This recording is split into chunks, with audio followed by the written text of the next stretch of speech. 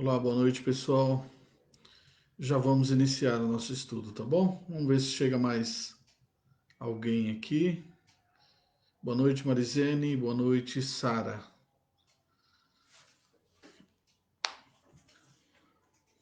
Vamos esperar mais um pouquinho somente e a gente já começa. Vamos orar e vamos começar o estudo dessa noite, tá bom? Boa noite, Miriam. Seja bem-vinda.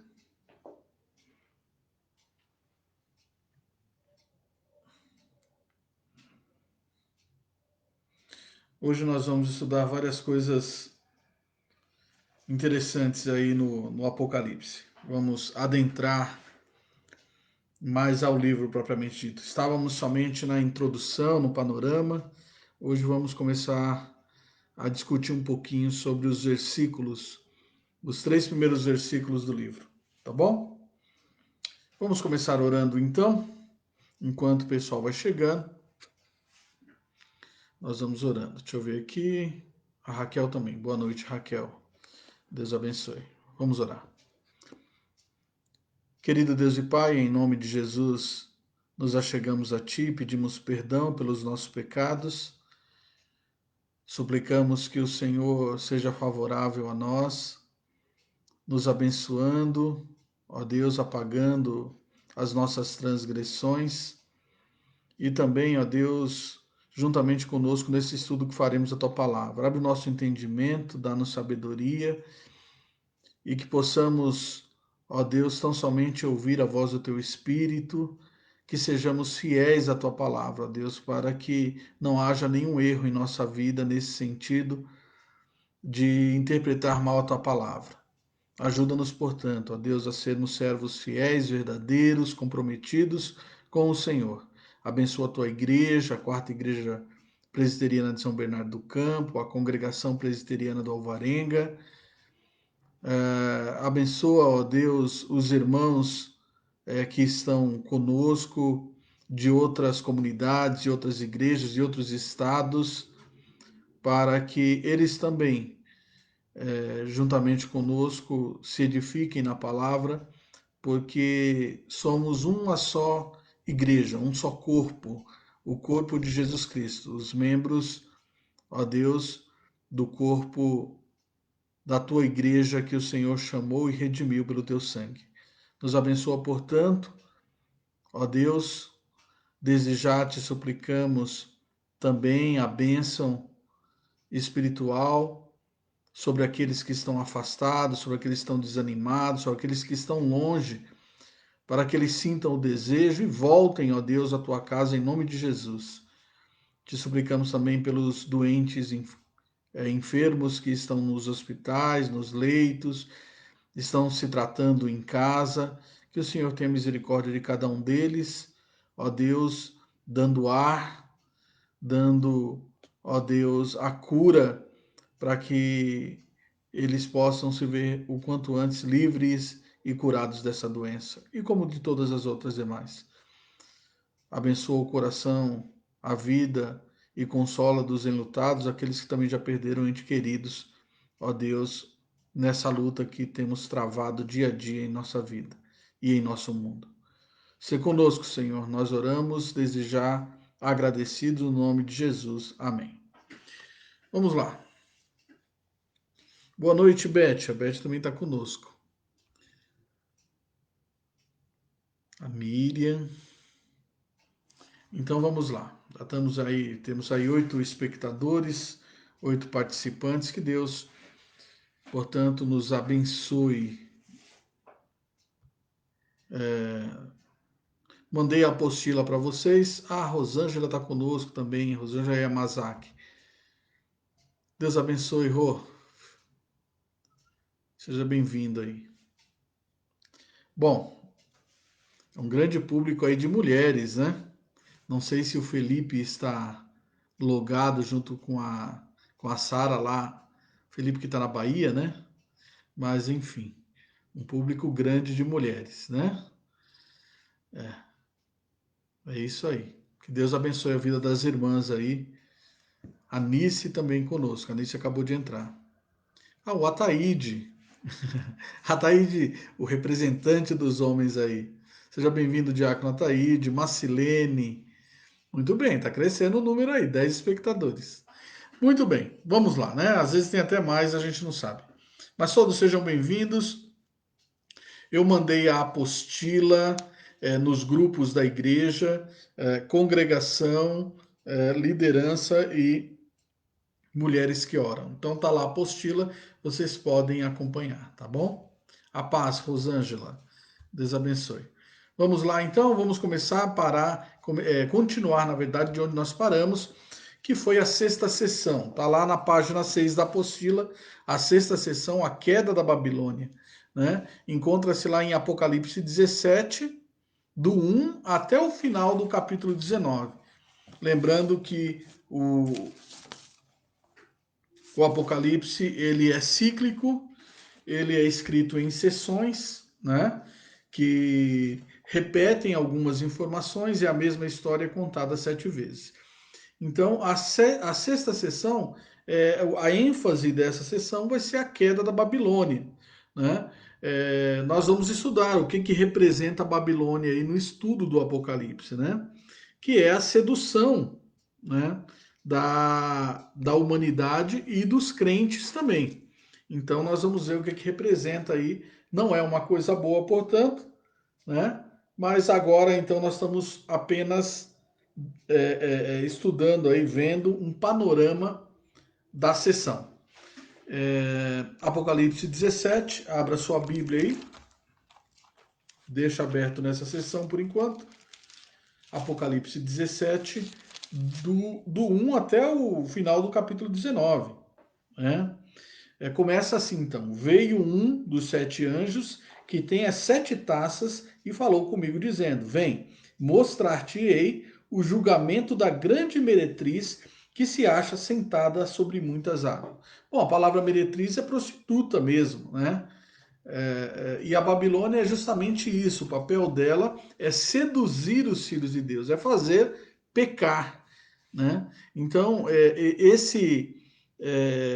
vamos dizer assim, essa personificação no Apocalipse de fazer os filhos de Deus pecar e toda a humanidade vai ser destruído na volta de Cristo, tá bom? Então, por isso aí, o tema da sexta sessão é a queda da Babilônia.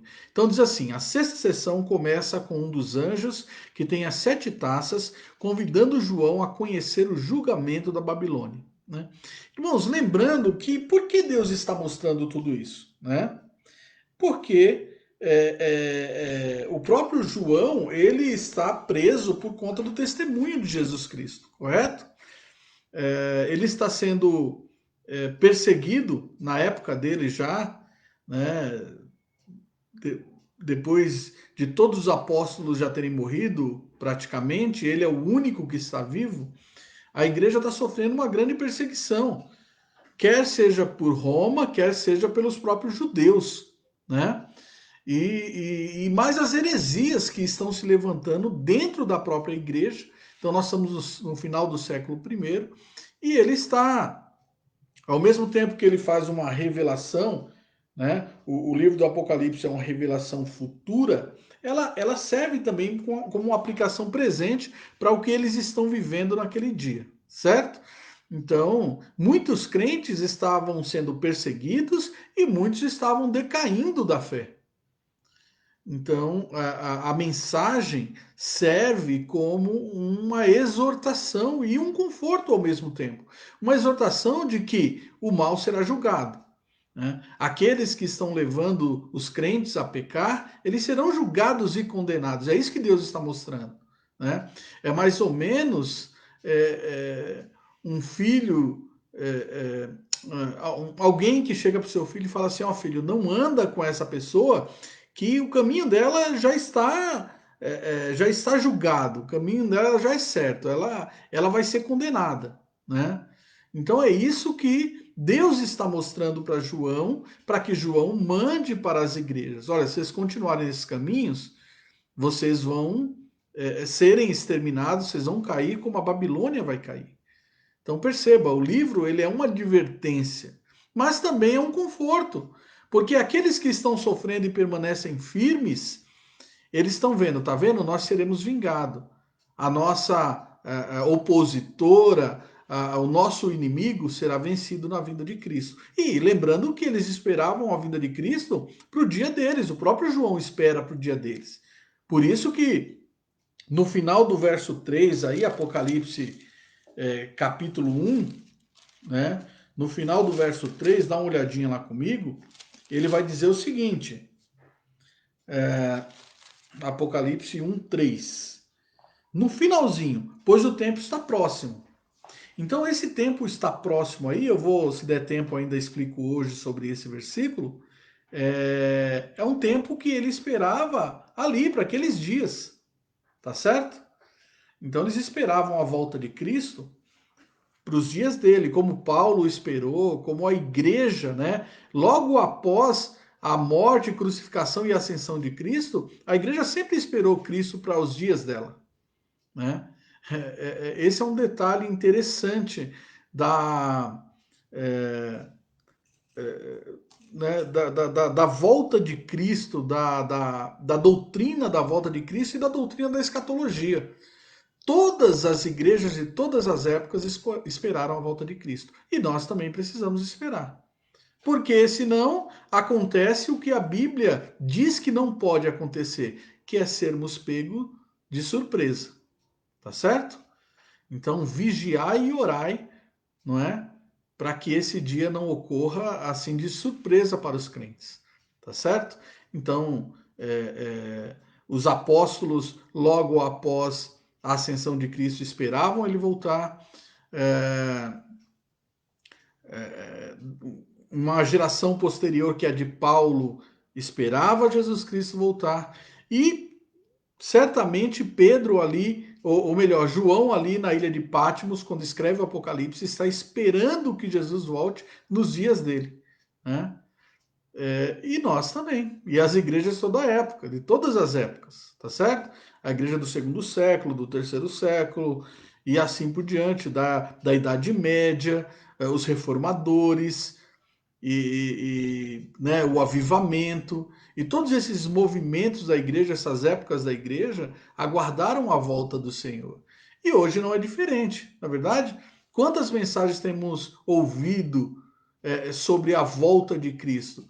De que talvez até mesmo o coronavírus, tudo o que está acontecendo, é um sinal da volta de Cristo, ou não? Então, nós também aguardamos a volta de Cristo, tá certo? Então, essa sexta sessão, a queda da Babilônia, ela é ao mesmo tempo uma advertência, mas também uma consolação de que Cristo está às portas, tá certo? Então, o julgamento da Babilônia, a punição da besta e do falso profeta. Ou seja, todos os inimigos de Cristo e da igreja serão punidos. Como sempre, o Cordeiro é retratado como um rei vitorioso, nessa sessão também, juntamente com os seus eleitos. Veja aí, Apocalipse 17, 14. Olha o que aqui está escrito aí. Pelejarão eles, né, são os inimigos, pelejarão eles contra o Cordeiro, e o Cordeiro os vencerá, pois é o Senhor dos senhores e o Rei dos reis. Vencerão também os chamados eleitos e fiéis que se acham com ele. Ou seja, é um spoiler que eu costumo dizer aí, que o Apocalipse dá, contando o final da história.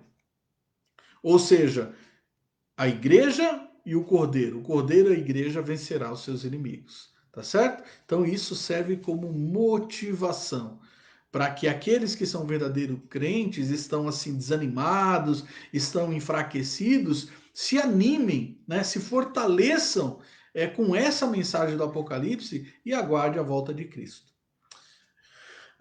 Cristo aparece para julgar e pelejar como um cavaleiro branco. Olha aí, ó, capítulo 19, verso 11 ao 21. Apocalipse 19, do 11 ao 21. Naturalmente, nós não vamos, né? Eu acho que não precisa ler todo o texto, mas eu vou ler alguns versículos a partir do 11 aqui. Apocalipse 19, verso 11. Está falando sobre Jesus. Lembrando que ele é retratado em vários locais do Apocalipse, sempre como o rei, como um combatente, né?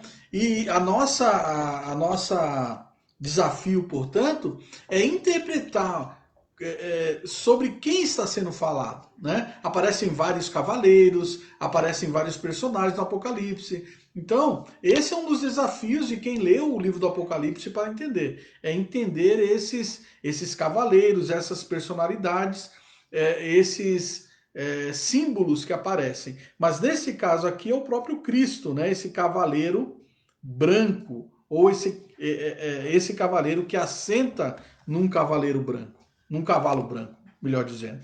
Vamos ler lá, verso 11, Apocalipse 19, 11. Vi o céu aberto, e eis um cavalo branco. O seu cavaleiro se chama Fiel e Verdadeiro, e julga e peleja com justiça. Os seus olhos são chama de fogo. Na sua cabeça há muitos diademas. Tem um nome escrito que ninguém conhece, senão ele mesmo. Né? Então perceba, o escritor João, a revelação que ele recebe, são informações entrelaçadas. Esse olhos com chama de fogo, ele já falou lá no início, né, de Apocalipse, quando ele vai vendo, ele vai descrevendo o próprio Senhor Jesus Cristo. Apocalipse capítulo 1, né? Olha o que ele vai dizer lá, o verso 14. A sua cabeça e cabelos eram brancos como alva lã. Percebam que há algumas diferenças, mas é o mesmo Cristo, porque isso é uma revelação.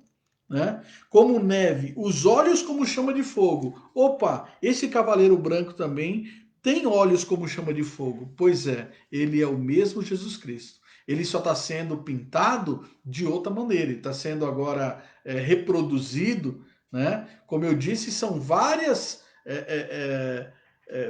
mensagens sobre a vinda de Cristo, né?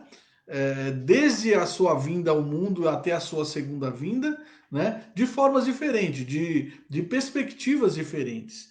Então aqui ele está falando sobre Cristo. Olha lá, continuando.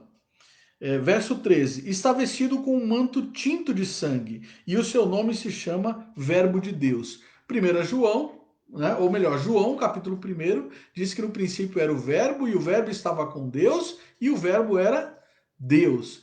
Então, lá está identificando o Verbo como Jesus Cristo. E aqui também, né, lembrando que o Apocalipse é o mesmo João que escreveu o Evangelho de João, é o João que escreveu o Apocalipse.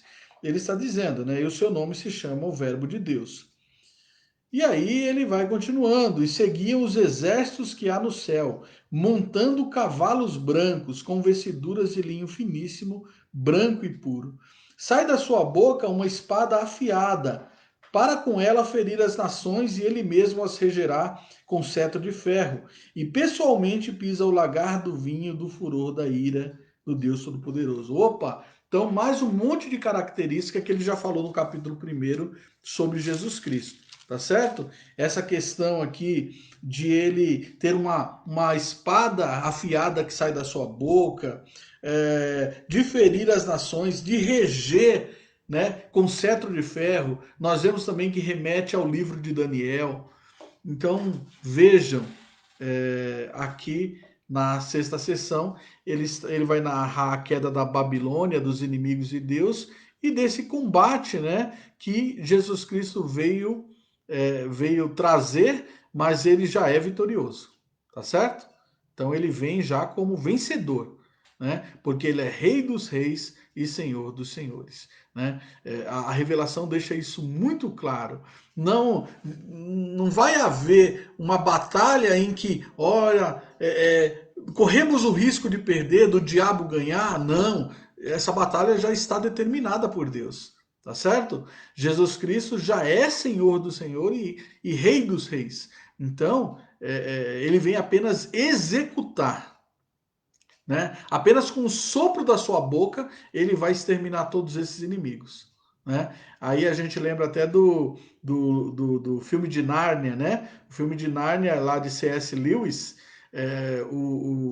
o Alan, que representa Cristo, o leão, ele acaba com os inimigos lá no primeiro filme com o sopro, o hálito da sua boca. Lembram-se? Né? Então é uma alusão a Jesus Cristo glorificado aqui do Apocalipse. Tá certo, pessoal? Se tiver alguma dúvida aí, vai mandando para a gente no chat, tá bom? Ou no nosso no nosso WhatsApp lá, que os irmãos já conhecem, sabe qual é aí. Então vamos lá, sétima sessão. Deixa eu ver se tem alguma pergunta, chegou mais alguém. A gente cumprimenta e já volta. Boa noite, dona Raquel Rosa Correia também. Ovelha minha lá do Jardim P, quando eu pastoreava lá, e a nossa irmã e amiga. Deus abençoe. Boa noite, Zete. A Zete Sampaio está conosco também. A Zete é lá da Bahia. Deus abençoe, minha irmã, da Igreja Presbiteriana lá da Bahia. Muito obrigado pela presença de vocês, o prestígio que vocês, é muita alegria que vocês trazem ao nosso coração de participar conosco da live. Tá bom? Vamos lá, envie as perguntas de vocês. Vamos voltar lá para a nossa apostila. Tá bom? Dona Raquel aí, Rosa Corrêa, se quiser a apostila, é só pedir aí que eu envio, tá bom, dona Raquel? Para a senhora ir acompanhando juntamente conosco aí. Então vamos lá. Seção 7. A grande consumação. Então a seção 7, ela é um pouco diferente.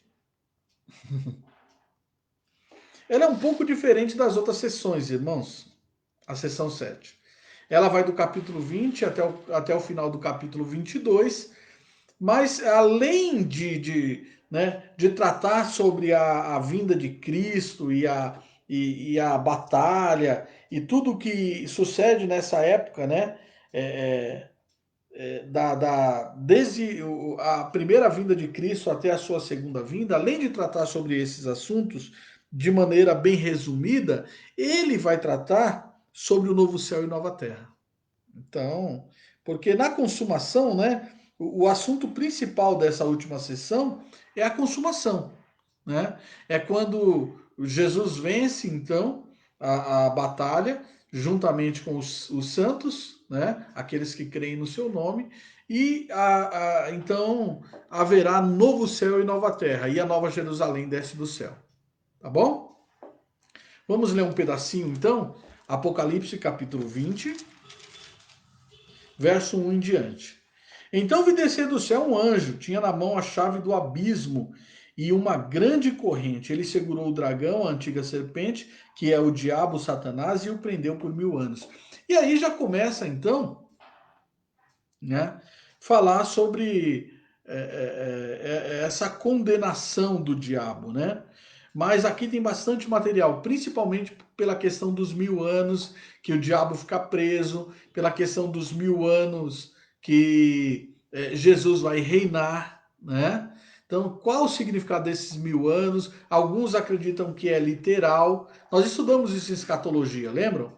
Se são 1000 anos literais, se são 1000 anos é apenas um símbolo, né? Então tem tudo isso.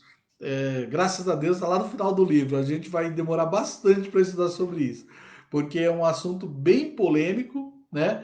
Mas também bem gostoso de estudar, né? Que depois que você aprende assim, você não tem mais dúvida sobre o milênio, né? O chamado milênio, né? Então, tá bom? Então, a sétima sessão, a sessão final, trata da condenação do diabo e do julgamento dos mortos, cujos nomes não foram achados inscritos ou encontrados no livro da vida. Pela primeira vez é dito sobre a prisão milenar de Satanás. Olha aí, olha o verso 3. Lançou-o no abismo, fechou e pôs selo sobre ele, para que não mais enganasse as nações até se completarem os 1000 anos. Depois disso é necessário que ele seja solto pouco tempo. Então, Satanás está preso, não está preso, ele vai ser solto. Então é isso que nós vamos estudar quando a gente estudar essa sessão aí, tá bom? Também é dito que Cristo reinará juntamente com os mártires durante 1000 anos. Olha aí, continuando, verso 4 a 6. Vi também tronos, e nesses sentaram-se aquele aos quais foi dada a autoridade de julgar. Vi ainda as almas dos decapitados por causa do testemunho de Jesus, bem como por causa da palavra de Deus, tanto quantos não adoraram a besta, nem tampouco a sua imagem, e não receberam a marca na fronte e na mão, e viveram e reinaram com Cristo durante 1000 anos. Ok? Ainda diz assim: o restante dos mortos não reviveram até que se completasse os 1000 anos. Esta é a primeira ressurreição. Bem-aventurado e santo é aquele que tem parte na primeira ressurreição. Sobre esses, a segunda morte não tem autoridade. Pelo contrário, serão sacerdotes de Deus e de Cristo e reinarão com ele os 1000 anos. Então aí está falando sobre o reinado milenar de Cristo, né?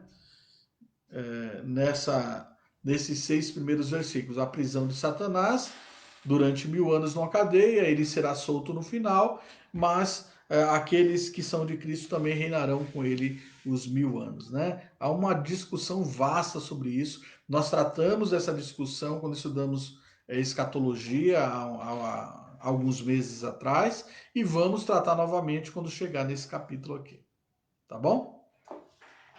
Bom, todo o capítulo 20, portanto, funciona como um breve resumo de tudo o que já foi dito em quadros nas sessões anteriores. Os capítulos 21 e 22, até o 22:5, se ocupam das novas condições preparadas por Deus para a nova morada dos justos. Enquanto que os versos finais, isto é, 22 do 6 ao 20, servem de exortação final aos leitores do livro a veracidade das revelações e, portanto, a inviolabilidade das profecias. Então vejam, é um capítulo final que ele vai fechar tudo, né? Ele vai falar sobre a condenação do diabo e essa prisão de 1000 anos, depois soltar ele, depois vai falar sobre o reinado de 1000 anos de Jesus com os santos. Depois vai tratar um pouco aí ainda sobre o juízo de Deus, né?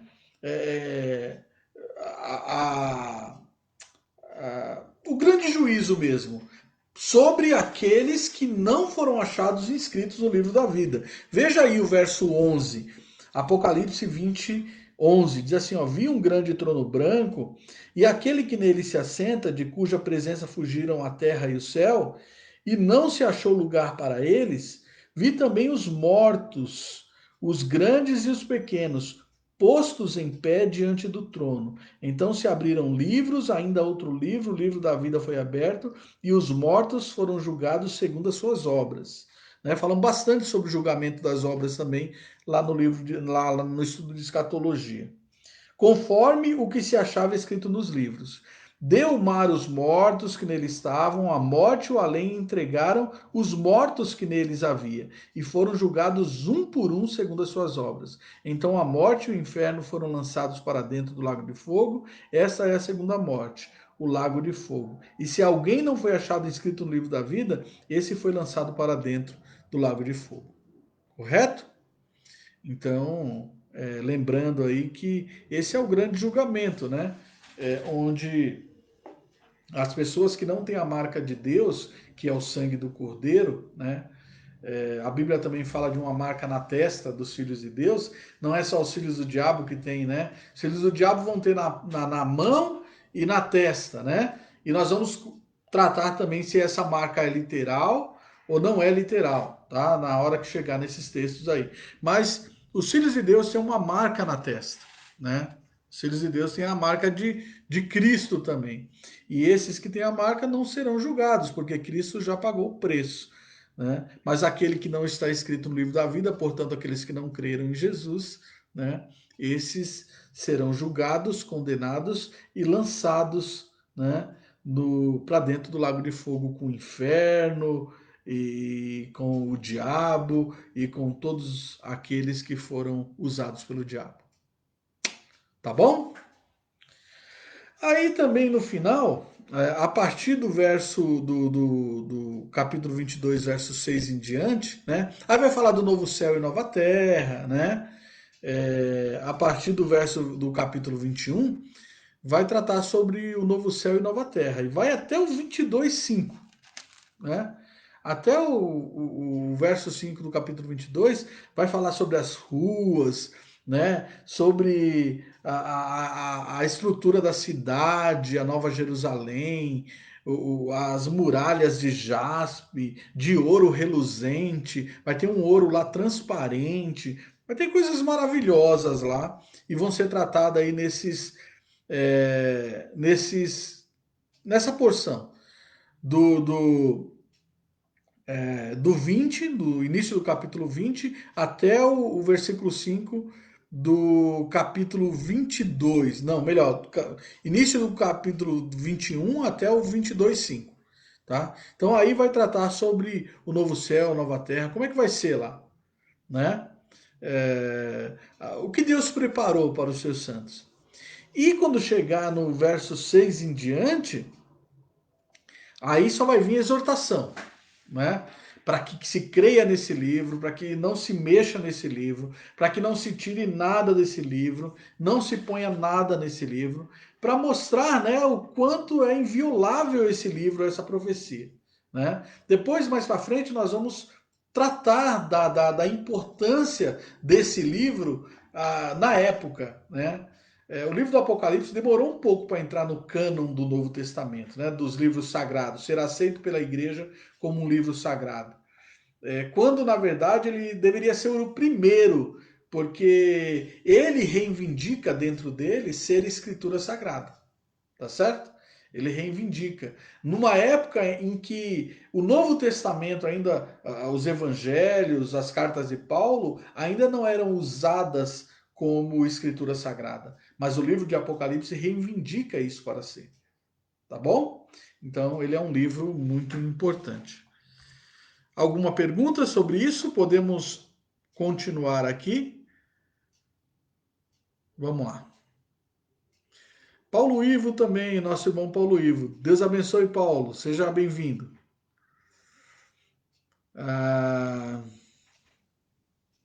A Maria Lúcia da congregação. Ah, não, é a Maria Lúcia, minha sogra. Deus abençoe, dona Lúcia. Seja bem-vindo. Faça suas perguntas aí. Tá bom? Então vamos lá. Vamos lá, pessoal. Continuando aqui o nosso estudo do Apocalipse. Então eu já enviei para vocês a apostila aí, tá nos grupos. Quem precisar, manda aí um contato no nosso WhatsApp, a gente envia também a apostila, né? E eu mandei para Zete eu mandei, né? Mas o Paulo Ivo e os irmãos aí é, que estão em outro estado ou em outro lugar mais longe aí, se precisarem, o nosso WhatsApp é o 11, né, aqui de São Paulo, 945996313. E aí eu vou mandando, quando eu tiver o contato de vocês, eu mando a apostila cada vez que eu revisar ela para a gente estudar aqui. Vamos lá. Então, ponto 1 agora. Agora nós vamos entrar no estudo mesmo do livro do Apocalipse. Nós estávamos apenas na introdução, né?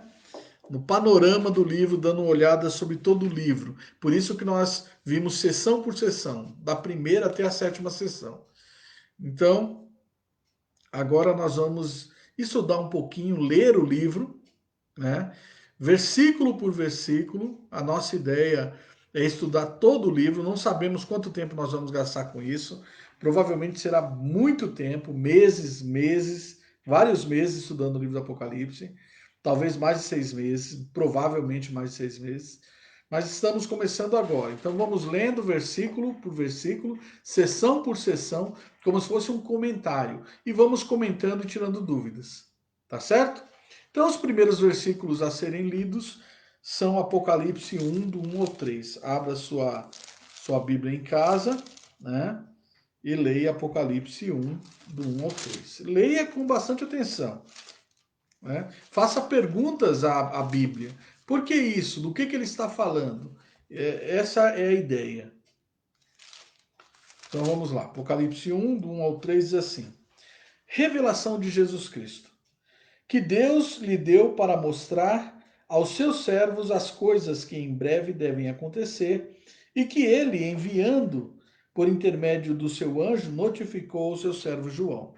Verso 2: O qual atestou a palavra de Deus e o testemunho de Jesus Cristo quanto a tudo o que viu. Bem-aventurados aqueles que leem e aqueles que ouvem as palavras da profecia e aguardam as coisas nela escritas, pois o tempo está próximo. Então, esse é o prefácio do livro, tá certo? São as primeiras palavras, é a apresentação do livro. Então, o primeiro ponto aí do estudo do livro, nós vamos ler o ponto 1, a primeira seção, Cristo no meio da igreja, que é Apocalipse 1, do 1 até o 3:21. A primeira seção compreende Apocalipse capítulo 1 até Apocalipse capítulo 3, verso 21. Hoje nós vamos estudar só os 3 primeiros versículos do capítulo 1, tá? Então, Cristo no meio da igreja, primeira sessão. Em geral, há duas maneiras de ler e interpretar o livro de Apocalipse.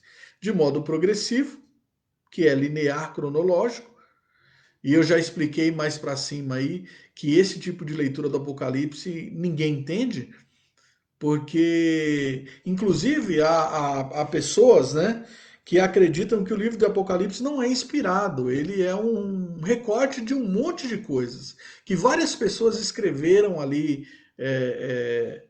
coisas, e portanto que não é de autoria joanina, não é de João. Então há aqueles que desconfiam do livro, de que o livro não tem sentido nenhum, é um monte de recorte. Tá certo? Mas por que as pessoas não compreendem o livro de Apocalipse? Porque tentam ler ele de maneira linear. Como ler a história de Atos. Atos, né, de certa maneira é linear.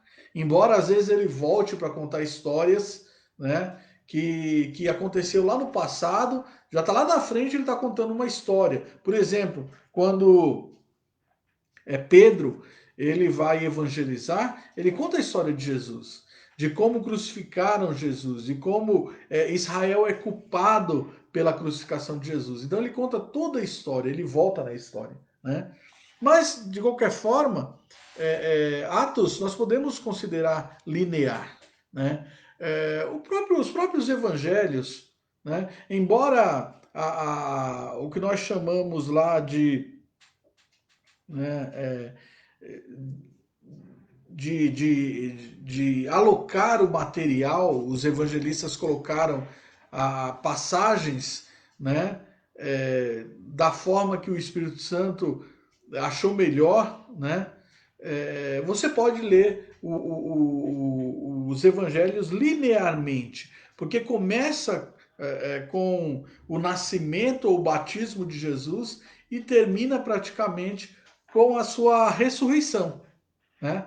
Então é linear, mas o Apocalipse não é linear. O Apocalipse são sete histórias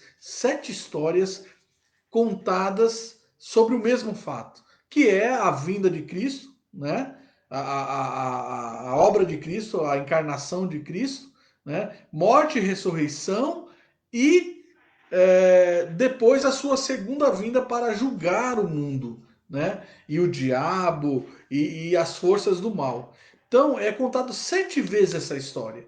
E na última sessão, como nós acabamos de ver, além disso, é falado sobre o novo céu e nova terra, né? Então perceba, não dá para ler o Apocalipse de forma linear, tá certo? Na verdade, então há duas formas de entender o Apocalipse: de forma progressiva, linear e cronológica, que não é a que nós fazemos, ou cíclica, que são sessões, recapitulação. Né? Ele conta a história e recapitula no próxima sessão, conta de outra forma, a mesma história. E lá na outra conta novamente e conta de outra forma, mas é a mesma história, chamada também de recapitulação ou sessão, né? Ou leitura cíclica. Então há vários nomes aí para a gente entender como foi escrito e como deve ser lido o Apocalipse. O método adotado nesse estudo, então, é o método cíclico, que ressalta seus segmentos paralelos, né? 7 histórias paralelas. Observe também que, por se tratar de uma tradição oral, se você parar para pensar, quando o Apocalipse ele começou a circular nas igrejas, ainda ali no final do século I, quando João escreve por volta de 96 o livro de Apocalipse, ele vai principalmente passar naquelas 7 igrejas do Apocalipse lá, né? É, e ele vai percorrendo aquelas igrejas, vão fazendo cópias dele, né? Mas é importante, era raro livro naquela época. Era raro, lembrando que ele foi escrito num pergaminho, enrolado, né? Não é livro como nós temos hoje. É aquele livro redondo ainda, pergaminho, né? Onde as pessoas enrolavam, né? E desenrolavam para ler aquele livro. Né? Precisava de ajudantes, de pessoas que segurassem uma ponta do livro para que a pessoa que estivesse à frente pudesse ler sem ele enrolar. Era pele de animal. Né? Nessa época já era escrito em pele de animal enrolada. Então observe, né, que não era comum ler um livro desse para as igrejas. Que as pessoas então tinham que fazer? Tinham que gravar, tinham que memorizar o que era dito. E nada melhor que memorizar do que a repetição, né? A repetição. Lembram-se de quando a gente estudava, né, na época mais antiga aí, como a gente decorava tabuada, como a gente decorava verbo, era lendo, escrevendo, relendo e lia novamente, né? E até que aquilo entrasse, a gente decorasse, né? Então, era feito chamado oral, né, de verbo, de tabuada. Você tinha que ter ela decorada na cabeça. Então, o sentido era o mesmo. Na época do Apocalipse, né, é, esse era a estratégia. Esse era o método usado. Então, o Apocalipse era repetido 7 vezes a mesma história, de maneira diferente, mas é a mesma história para que as pessoas tivessem gravados em seus corações, memorizassem, né, a lição principal do livro. Qual é? Que Jesus Cristo vai voltar e vai salvar a sua igreja. E vai acabar com os inimigos da igreja. Né? Então, isso era contado, recontado, recapitulado, né? E é isso que nós encontramos no Apocalipse. Então, nós falamos aqui no final desse ponto 1 aqui. Observe também que, por se tratar de uma tradição oral, a memorização das instruções se dava através do método da repetição das sessões do livro. Assim, seus ouvintes gravavam os seus ensinos. Tá certo? Então, essa é a estratégia do Apocalipse, é que fique gravado no coração. Vamos lá. Todo livro tem uma introdução, e o livro do Apocalipse também tem uma introdução. Né? A introdução do Apocalipse vai no capítulo 1 de Apocalipse, verso de 1 a 8. A introdução serve como uma apresentação do que será desenvolvido e um convite ao leitor a fim de despertar sua curiosidade.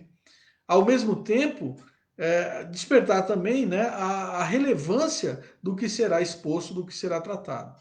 Então, pense na introdução do Apocalipse como a introdução de uma peça de teatro, como a introdução de um livro que você lê. O que o autor vai tratar nas primeiras páginas do livro? Ele vai despertar a sua curiosidade. Olha, nós vamos tratar sobre isso, você não pode perder. Olha, aqui vai contar a história da vitória do povo de Deus. Então é isso que vai ser tratado na introdução, tá certo? É uma forma de chamar a atenção do público, de mostrar a relevância desse trabalho, dessa carta, dessa revelação, tá certo? Então essa é a introdução do livro. Onde fica a introdução do livro? Capítulo 1, verso 1 a 8. Então, algumas vezes o fator relevância é invocado através das referências e fontes usadas pelo autor do livro. Né? Quando o autor do livro ele quer chamar a atenção para que as pessoas leiam o seu livro, ele vai usar na sua introdução referências. Olha, esse livro é baseado na obra de tal autor, ou nós vamos discutir tal assunto em pauta.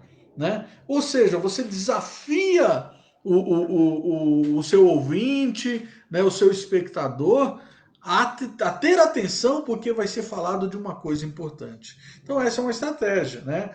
Então nós colocamos aqui, algumas vezes o fator relevância é invocado através das referências, né, e fontes usadas pelo autor do livro. Por exemplo, um livro técnico, né? Vamos supor que nós vamos escrever um livro de teologia mesmo, teologia, né? Então eu como pastor, como teólogo, eu vou dizer assim, olha pessoal, esse livro é baseado no conceito de Calvino, né? Então, as pessoas que conhecem a teologia de Calvino falam, poxa, vai vir coisa boa por aí. Olha, é baseado na literatura, né? De repente é um livro sobre filosofia de um filósofo famoso. Então, veja, a introdução serve para nós despertarmos a curiosidade. Como nós fazemos isso? Revelando no começo do livro quais são as fontes, quem deu a fonte. Né? Não é assim que o repórter faz, ele manda a notícia e fala assim: ó, minha fonte é boa. Muitas vezes ele não revela a fonte por questão de ética. Mas se ele quiser reservar, pelo menos mostrar que a fonte dele é boa, ele vai dizer assim: a minha fonte é lá do Palácio do Planalto. Ou seja, são de pessoas que estão do lado do presidente. Então a fonte é boa. A minha fonte é lá de tal lugar. Ou seja, ele vai revelar uma parte da fonte ou a fonte em si para que isso. Isso acontece também no livro do Apocalipse. Vamos ver? Né? No caso do livro do Apocalipse, a autoria humana é do apóstolo João. E a fonte? A fonte é a revelação dada pelo próprio Deus, Pai e Filho. Vejam como ele vai apresentar o livro no versículo 1. Então, Apocalipse 1, verso de número 1, diz assim: Revelação de Jesus Cristo que Deus lhe deu para mostrar aos seus servos as coisas que em breve devem acontecer. Revelação de quem? É de Jesus Cristo. Pessoal, o que eu estou falando aqui é uma revelação de Jesus Cristo. Já pensou chegar na frente da quarta igreja, da congregação, e falar assim: pessoal, eu tenho uma revelação de Jesus Cristo. Não que, né, tenha revelações novas hoje em dia, mas assim, né, usando como método, vai chamar a atenção das pessoas, correto? Então é o que João está fazendo. Ele está dizendo que aquele livro não é dele. A fonte, né, não é dele assim, não é ele que trouxe a revelação, é o próprio Jesus Cristo que trouxe a revelação para ele. E ele vai continuar dizendo: a revelação de Jesus Cristo que Deus lhe deu para mostrar aos seus servos as coisas que em breve devem acontecer e que ele, enviando por intermédio do seu anjo, notificou ao seu servo João. Percebe como é importante essa introdução? Quem está relacionado com essa revelação? João, o único apóstolo vivo. Mas não é só João, é um anjo. Gente, é um anjo que trouxe a revelação. Mas mais do que isso, não é um anjo. A revelação não é do anjo, ele só trouxe. De quem é a revelação? De Deus. E Deus deu quem? Para quem essa revelação? Para Jesus Cristo. E Jesus Cristo mandou o anjo falar para João. E João, a fiel testemunha naquela época ali, uma testemunha fiel, melhor dizendo, que viu a Jesus Cristo andando, participou com Jesus Cristo ali da ceia, né? Um apóstolo de Jesus Cristo, ele está mandando agora para as igrejas. É peso ou não é? É peso ou não é? Lógico que é peso, né? Então, a apresentação do livro é assim. Ou seja, está chamando a atenção realmente para as pessoas darem ouvido. Não é uma revelação qualquer. É uma revelação de um apóstolo que um anjo trouxe da parte de Deus, que Deus deu a Jesus Cristo. Então, a relevância, né, é invocada aí através das referências, como eu disse. Essas são as referências de João: anjo, filho e o pai. Tá certo? E ele próprio, porque ele também é uma figura respeitada ali na época do final do primeiro século para as igrejas da Ásia. Ele mesmo foi pastor de Éfeso, que é uma das igrejas que vai receber a sua carta. Ok?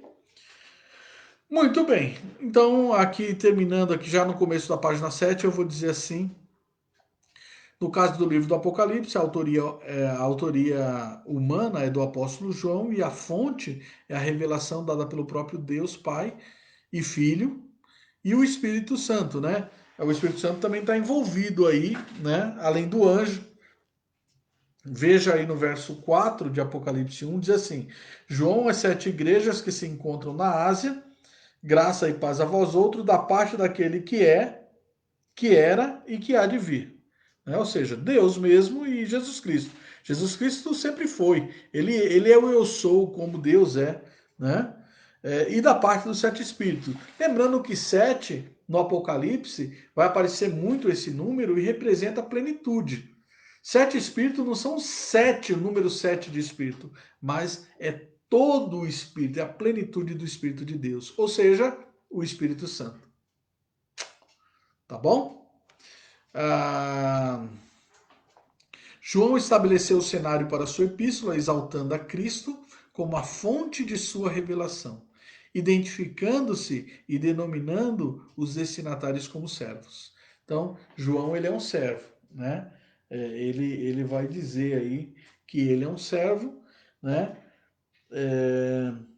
Para mostrar aos seus servos as coisas que em breve devem acontecer, né? Então foi para isso que foi escrito, né? Então aqueles que se interessassem pelo livro de Apocalipse deveriam ser servos de Deus, tá certo? Veja, o livro parte de Deus, da maior autoridade, né, que possa existir no cosmo, para servos, pessoas que são consideradas escravos. A palavra servo significa escravo, né? Nós vamos ver que ela toma uma forma mais de filho de Deus, de povo de Deus aqui na carta do Apocalipse, mas continua ainda sendo a transliteração da palavra escravo no hebraico, no grego, melhor dizendo. Servo é escravo no grego. Então, parte de Deus para um escravo. Você não tem que dar atenção, né? Mudando o que deve ser mudado. Já pensou, você está lá na sua casa, você recebe uma carta direta do presidente falando com você? Direta do chefe da maior organização do país ou do mundo, né? Pois é, a igreja está recebendo uma carta da parte do maior do cosmo, que é o próprio Deus. Isso chama atenção ou não chama atenção? Tá certo? Então, é para todos nós estudarmos o Apocalipse. Infelizmente, ele é desprezado por algumas pessoas. As pessoas não compreendem o livro de Apocalipse, né? Por preguiça mesmo, por preguiça, né? Porque vocês viram, eu estou apenas no versículo 1 ainda, né? Praticamente, né? Eu estou na introdução, que é o verso 1, capítulo 1, verso 1 a 8, mas apenas falando sobre a introdução. Na verdade, nós estudamos ainda nem o verso 1 ao verso 3, que agora é o prólogo, né? Prólogo. Eu acho que não vai dar para acabar aqui hoje o prólogo. Bom, o prólogo do livro, né? Introdução, o que é o prólogo? O prólogo é o antilóquio, ou seja, um resumo que antecede a história. Então ele vai falar logo nos versos de 1 a 3 do que se presta o livro, né? Quando você abre um livro lá, né? Geralmente na capa de um livro, tem aqui, né? Logo depois do sumário, tem assim uma apresentação do livro, né? Uma apresentação, por que escreveu o livro, né? E tem uma introdução que funciona como introdução, para depois ter o capítulo, tá vendo? O capítulo 1. Então o capítulo 1 não é o primeiro, exatamente o primeiro capítulo do livro, mas vem logo depois do antelóquio, ou do prólogo. O prólogo serve para você mostrar, né? Dar um resumo, dar assim o tom do que vai ser o restante do livro, né? O que as pessoas podem esperar que vão encontrar nesse livro. Então, tá lá no verso 1 ao verso 3. O prólogo é o antilóquio, ou seja, um resumo que antecede a história. Pode ser uma explicação sobre a que se destina tal escrita. O prólogo em pauta foi escrito por João. Apocalipse, revelação de Jesus Cristo, para que aos seus servos, fosse mostrado as coisas que em breve devem acontecer. Olha aí o antilóquio. Né? Olha aí o prólogo do livro. Para que foi escrito o livro? Para os servos de Jesus Cristo. Para quê? Para que fosse mostrado as coisas que vão acontecer. Tá certo? Então aí nós temos um breve resumo da história do livro. Então tá lá no verso 1. A revelação, né? Lembrando que o Apocalipse começa justamente com essa palavra em grego, apocalipsis. A palavra apocalipse é revelar, ou revelação, é tirar o véu. né? É descobrir, é lançar luz sobre, né? O fotógrafo, antigamente, né? Hoje em dia tudo é na máquina. Meu pai foi fotógrafo. Meu pai foi fotógrafo e ele tinha uma sala escura na nossa casa. E ele gostava de tirar foto, e ele tinha ali os equipamentos de fotógrafo, e, e ele, né, a foto ela é toda escura. Ele fica na sala escura ali, revelando, jogando uns produtos químicos, depois pendurava a foto assim num varalzinho e a foto ia aparecendo. E é justamente trazer as imagens à tona, né? Então, isso significa revelar, né? Tinha ali o filme e ele revelava a foto, tá certo? Ele revelava a foto.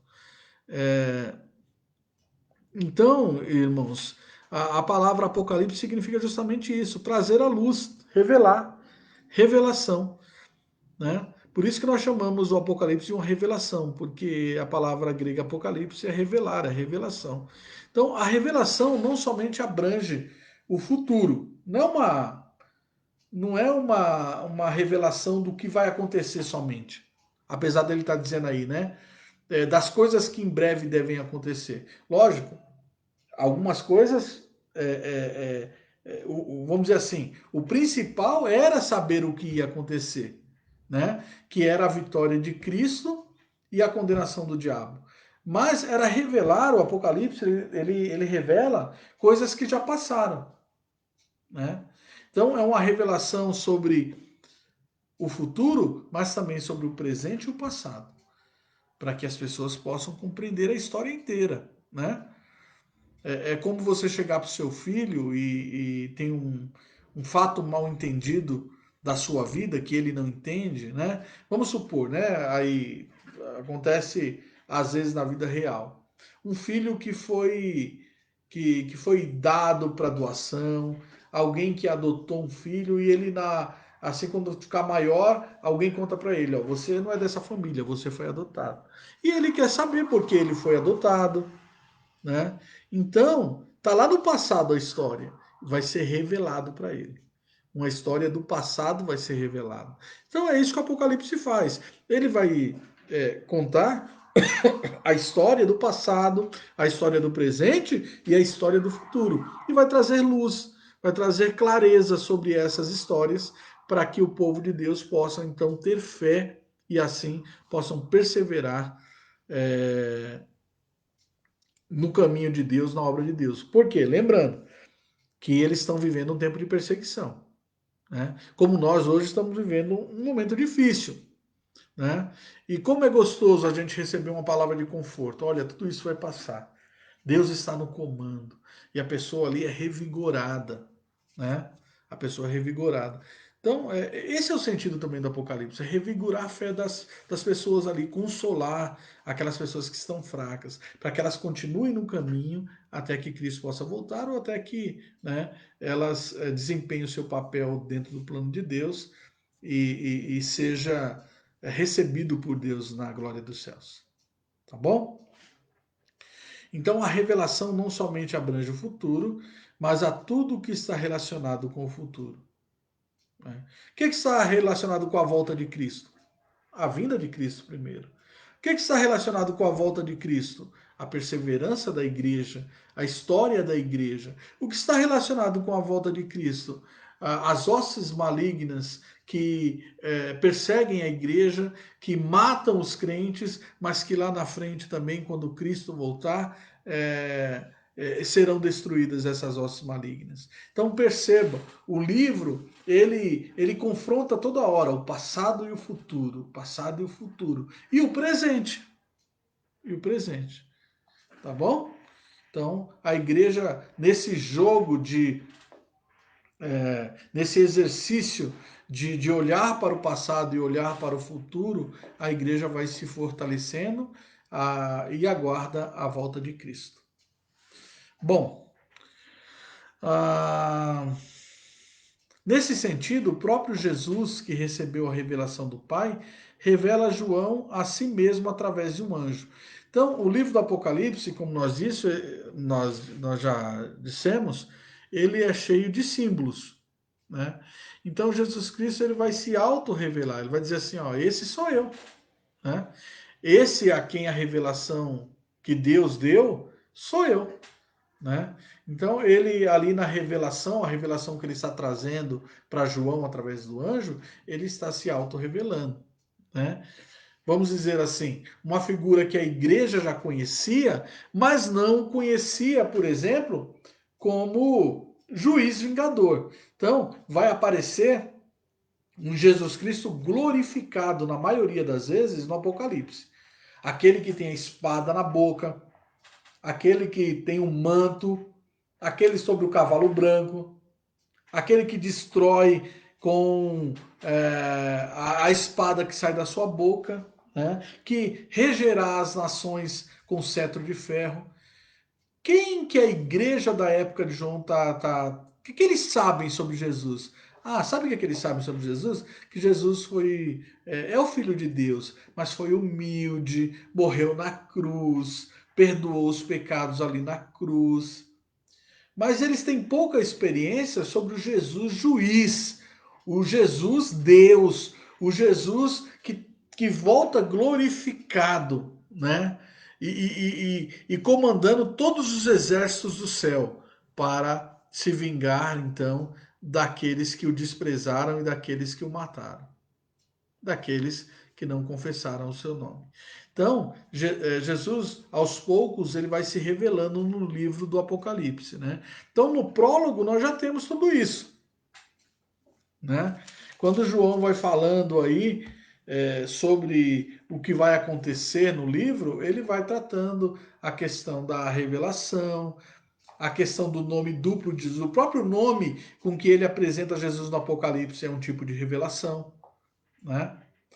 É, Bom, aqui nesse sentido, o próprio Jesus que recebeu a revelação do Pai revela a João, a si mesmo, ele revela a João a si mesmo através de um anjo. E ele se revela glorificado, né? Vamos ver aí Apocalipse 1, 12 a 18.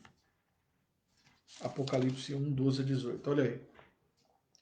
Voltei-me para ver quem falava comigo. Ele estava falando com o anjo, né? O anjo levou ele, né? Em espírito, olha lá, verso 10. Achei-me em espírito no dia do Senhor e ouvi por detrás de mim grande voz como trombeta dizendo, né? Era uma voz como trombeta. Dá para você imaginar o que é isso? Lembre-se que é uma visão espiritual que ele está tendo. O que vês, escreve em livro e manda às 7 igrejas: Éfeso, Esmirna, Pérgamo, Tiatira, Sardes, Filadélfia e Laodiceia. Então ele ouviu uma voz por trás dele como uma trombeta falando essas coisas. Isso é um estrondo, né?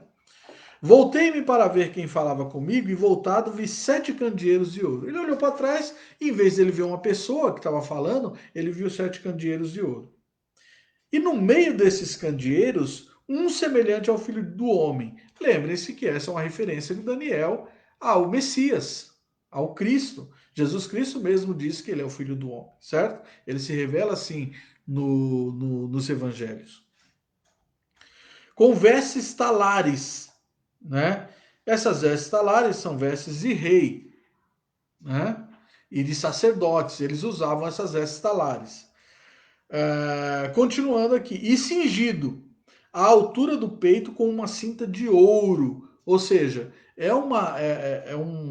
quem ele tá vendo no meio dos candeeiros é um rei, tá certo? É um rei que ele tá vendo.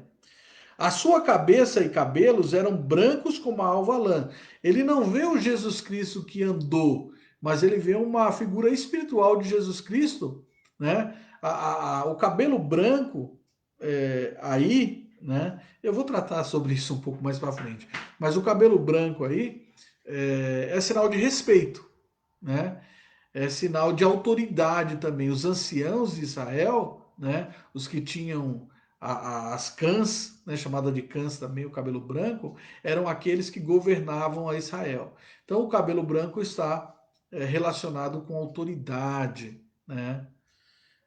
E a brancura também, no livro do Apocalipse e em toda a Bíblia, está relacionado geralmente com justiça, com pureza, com santidade. Mas ele viu então esse filho do homem, com vestes talares cingido à altura do peito, com uma cinta de ouro. A sua cabeça e cabelos eram brancos como alva-lã, como neve, os olhos como chama de fogo. Um olhar penetrante. Imagina para vocês uma figura, né? Uma figura estarrecedora. Ele, ao mesmo tempo que ele sabe que é Jesus, mas ele não reconhece Jesus ali, né? Aquela figura tem olhos como chamas de fogo, né? O fogo purifica, né? Nós sabemos que o fogo, ele, de certa maneira, ele é purificador. Então são olhos puros aí. Com o tempo nós vamos decifrando essas figuras aí do Apocalipse, tá? Os pés semelhantes ao bronze polido, como que refinado numa fornalha. Aí nós temos que ir para Daniel para ver a visão de Daniel lá, né, sobre os reinos do mundo, enfim. A voz como voz de muitas águas, por causa do juízo aí, as muitas águas elas representam o juízo de Deus. Tinha na mão direita 7 estrelas, e da boca saía-lhe uma afiada espada de 2 gumes. O seu rosto brilhava como o sol na sua força. Imagina ver uma pessoa nessa condição. E essa pessoa não era ninguém menos que o próprio Senhor Jesus Cristo glorificado. Tá bom? Vamos lá, até o verso 18. Quando vi, caí a seus pés como morto. Porém, ele pôs sobre mim a mão direita, dizendo: Não temas, eu sou o primeiro e o último. Jesus vai falar isso várias vezes. E aquele que vive, estive morto, mas eis que estou vivo pelos séculos dos séculos, e tenho as chaves da morte e do inferno. Então, de certa maneira, aí ele vai levantar João, porque João, né, está tendo uma visão terrível, de certa maneira, e Jesus levanta ele e diz assim: Eu sou aquele que vive, mas que estive morto e ressuscitei, né, em outras palavras aqui. Né? Ou seja, eu sou Jesus. Eu sou Jesus. Então, veja que João está relatando que ele viu Jesus glorificado. Bom, há o nome duplo de Jesus aí, Jesus Cristo, ele vai revelar aí, o qual atestou a palavra de Deus e o testemunho de Jesus Cristo. O que ele quer dizer? Quando ele está escrevendo a carta, ele está fazendo o prólogo da carta, né? No prólogo da carta está o nome Jesus Cristo. O que esse nome tem a ver? Esse é um nome duplo de Jesus. Ele engloba o nome humano, mas também o nome divino. Cristo é o Messias, é o prometido. E Jesus é o nome escolhido por Maria e por José lá. O anjo, na verdade, disse que o nome dele seria Jesus, que significa Salvador. Tá certo? Então, João o identifica como a revelação de Jesus Cristo. Jesus, o Cristo. Jesus, o Messias. Jesus, o prometido. Aquele que Israel aguardava, mas infelizmente não o aceitou. Então, o nome duplo Jesus Cristo tem um propósito duplo aos ouvintes da epístola: saberem quem ele é, ou seja, o filho de Maria e José o carpinteiro, que andou entre eles. Mas também, quando ele fala que ele é o Cristo, é o ungido de Deus, o Salvador, é o Emanuel, Deus conosco, que já existia antes do mundo. Tá bom? Veja aí, Jesus já existia. Quando Jesus, João está dizendo que está recebendo a revelação de Jesus Cristo, ele está dizendo que está recebendo a revelação daquele que sempre existiu, daquele que é Deus juntamente com Deus. Porque lá em João 1, de 1 a 3, vamos abrir lá. Atos. Irmãos, a teologia do Apocalipse é um pouco mais pesadinha, né? Então, se tiverem qualquer dúvida, por favor, vai mandando para a gente as questões aí. Então, João 1, 1 ao 3, diz assim: No princípio era o Verbo, ele está falando sobre Jesus, e o Verbo estava com Deus, e o Verbo era Deus. O Verbo era Deus. Ele estava no princípio com Deus, todas as coisas foram feitas por intermédio dele, e sem ele nada do que foi feito se fez. Então, esse Jesus Cristo que está trazendo a revelação para João é o Verbo de Deus. É o Verbo de Deus, é o próprio Deus encarnado. Então as pessoas têm que ter toda a reverência, né? Continuando ainda em João 17,5, quando Jesus ora lá a oração sacerdotal, né? Olha o que ele vai falar para Deus. João 17,5. É o mesmo João que escreveu o Apocalipse, tá? Jesus vai dizer assim. É João 17,5. Eu estou em Atos, desculpem. João 17,5. Ele vai dizer assim: E agora glorifica-me, ó Pai, contigo mesmo, com aquela glória que eu tive junto de ti, antes que houvesse o que, irmãos? Mundo. Jesus, ele é pré-existente, né? Algumas pessoas, né, na história, algumas heresias, inclusive, dizem que Jesus, ele veio a ser, né, alguém especial, porque ele se santificou, porque ele não pecou. Não, Jesus, ele encarnou, ele sempre existiu, né? Ele é o verbo de Deus, ele sempre esteve com Deus, em Deus, e era Deus, como revela o próprio Evangelho de João. E aqui na oração sacerdotal ele se esvazia. Lembre-se que lá em Filipenses, né, diz que ele se esvaziou. Ele deixou a sua glória por amor de nós, para, né, se fazer maldição em nosso lugar ali na cruz. Mas agora, quando ele está próximo de cumprir a sua meta, de cumprir o seu objetivo lá, que é morrer na cruz, ele faz essa oração, né? A oração sacerdotal de Jesus. No verso 5 ele diz: E agora glorifica-me, ó Pai, contigo mesmo, com a glória que eu tinha junto de ti antes que houvesse mundo. Né? Ou seja, agora ele vai reaver todo aquele poder, toda aquela glória que ele já tinha, né? Porque ele cumpriu o seu papel aqui na Terra. Então, quando João revela Jesus Cristo, ele fala esse nome duplo, ele está dizendo para os seus ouvintes: olha, deem atenção. Os que estão ouvindo agora é aquele Jesus que andou conosco lá com os apóstolos, mas ele também é o ungido de Deus. Né? É na mão desse que nós estamos. A igreja está na mão deles. Lá, quando ele passeia nos sete candeeiros, ele passeia entre a igreja e ele vai ter, né, os líderes da igreja em suas mãos. Tá bom? Nós vamos ver isso mais para frente aí. Bom, é isso aí. Eu acho que eu paro por aqui hoje porque eu já avancei o horário, senão minha esposa fica brava também, né? Tá certo, irmãos? Paramos por aqui. A gente volta semana que vem, se Deus quiser, aqui para cumprir mais um pedaço aí do estudo do Apocalipse. Esse começo é meio trincado assim mesmo, mas perseverem aí, tá bom? Quem perseverar será salvo, né? Tá lá em Apocalipse, não esqueçam.